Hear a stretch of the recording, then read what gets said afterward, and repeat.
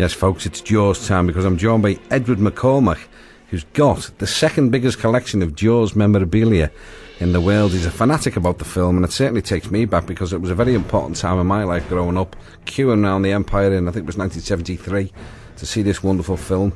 And he joins me now. Edward, good morning to you. Good morning to you. So are you getting Edward at your full title, or is it Eddie? I don't mind. I get called a lot of things, so either will do me. Now, first of all, you're a massive fan of the film Jaws, and you go back to the memory of queuing around the ABC with your dad. Yeah, that was it. Well, what it was, it started before that. The movie opened in America in June that year. So between June and December, when it opened in the UK, all these magazines would appear in, that poster art and the pictures from the movie, and it just came at the right time for me. I was just transfixed as a kid. See, I love watching the trailer. I seen the trailer on film night where he says that's a 20-footer, and he goes 25. Yep. And you never really seen it. All you seen was the shadow under the water. Yeah. And I thought, and I couldn't wait to see it, And even the start of the movie where the girl goes swimming, what a great build-up. Oh, fantastic, because they gave nothing away, did they? Well, that worked so well because they were actually going to show the shark in that scene, but because everything was going on with the mechanics, they just shot it, just above water. And as a result, I think it works better, Sure, absolutely. It's fantastic. So when did you start? Obviously, you've seen the film. I mean, honest to God, I must have seen the film about 30 or 40 times myself. I've got a couple of different DVD versions of the film. Yeah. How many times have you seen it, do you know? It's hard to say. I mean, I must have seen it at least 20 times on its original run. But then, after the cinema releases ended, we had to wait for video then, and then eventually DVD. But now that I've got copies at home, I can just watch it on standby. I must watch it about once every month, every 2 months.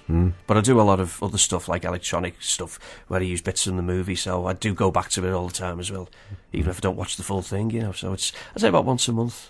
Now, you've got a couple of props from the movie, which is absolutely unbelievable. You've got a replica of the head that falls out the boat. That's the one, yeah. Okay, that's Ben Gardner's head, yeah. Okay. Well, that's actually cast off the original, what was used in the movie. It was remoulded and recast again, and there was only a very few of these made now. And he's got both his eyes in this case. So where would you get an item like that? Where did you come across that? eBay. I mean, the internet again is what opened the floodgates for me, because there was them wilderness years. You go to movie fairs and you can only buy posters and stills and maybe the odd album. But when the internet came along, all these people found all these things they had in their attic which they didn't want, and they started selling them off. And one man's trash is another one's treasure. And I just started plugging the gaps of all the stuff I never had over the years and getting back the stuff I did have. So you've got the second biggest movie collection in the world of Jaws memorabilia. Who's got the first? It's my friend Jim Bella. He's a good friend in America. And again, we met through the internet. So what we do, we just help each other out. Because obviously the items which came out in America were different than the UK. So, I look out for things for him and vice versa. So what's he got, Ed? If he phoned you up and said, listen, I've had enough of this, come and pick one item of my collection. What's he got that you'd go over?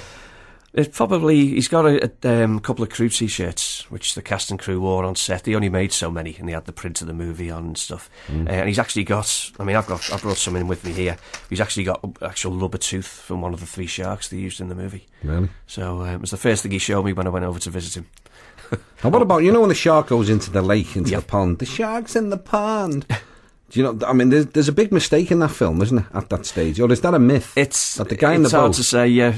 Is this about the fin? What stops in the middle of the water? No, about he's got no shoes on in the boat. Right. Yeah. He's got no pumps on in the boat. But when they show the severed leg, it's got a pump on it. That's right. Right. No, I've still that film, and you can't really tell, really, I suppose. But no, it's very quick. Yeah. But there's a lot of continuity errors in it. But because we love the film that much, we analyse it that much, it doesn't lessen the impact of it. Because we watch it that often, we spot these things. But if you love the film, you'd accept it. Now, for instance, that leg that was used in that shot, who would have that? Well, it's never surfaced. I was in contact, literally. I was in contact with somebody who had the actual arm. I don't know who's got the head, but the leg it's probably still at the bottom of the ocean there. Really? But it's never been seen since. Whose do you think was the better performance in the film? A difficult one. I'd probably put it between Roy Scheider and Robert Shaw. I mean, they were all faultless because they all interacted well. But and I was saying to Ian Kenyon this morning, it is a fact that Robert Shaw and Richard Dreyfuss didn't get on. Well, that's right. I mean, they said there could have been 2 possible reasons for that. One could be that they just basically didn't get on at all, but the other is that it's rumoured that Robert Shaw used to sort of antagonise Richard Dreyfuss to try and get a better, more prickly performance between the two, because there's loads of like on-set anecdotes where he'd be winding him up and then the cameras would start rolling, and you can see that friction between them on camera. I mean, I love it when he's loading the cage which goes into the woods. He goes, the cage goes in the water. You go in the cage. Our shark's in the water. Yep. Farewell and a duty. And he starts singing. Yeah. And a great chemistry. And what I particularly liked, one of my favourite scenes was when they started telling the stories, the Philadelphia story. The Indianapolis story. Because all of a sudden they gelled together. That's right, yeah. And the police chief never even stood back listening to them, but they were both telling stories of shark attacks and what happened to them. Because obviously he's scared of the water, you know. Absolutely, but I thought at that stage, well, hang on, they're actually getting on here. Yeah. You know, and that was a wonderful scene. What about the shooting stars? Well, that's supposed to be a trademark Spielberg puts in a lot of his films. I mean, you know, I love Spielberg's films, but I don't know exactly what are the ones he's put it in. But it's well known that these things, you know, he uses the effect now and again. I think there's 2 in the movie. I think so. There's one outside the window where he's telling the story, I think. And the ones I recognise are where they're on deck and there's a long shot of the orca. That's right. And then one goes across after they've just had a brush with the shark, or Bruce, as he's known. Is there any truth in the fact that Alice Cooper owns the shark? No, they actually don't exist now.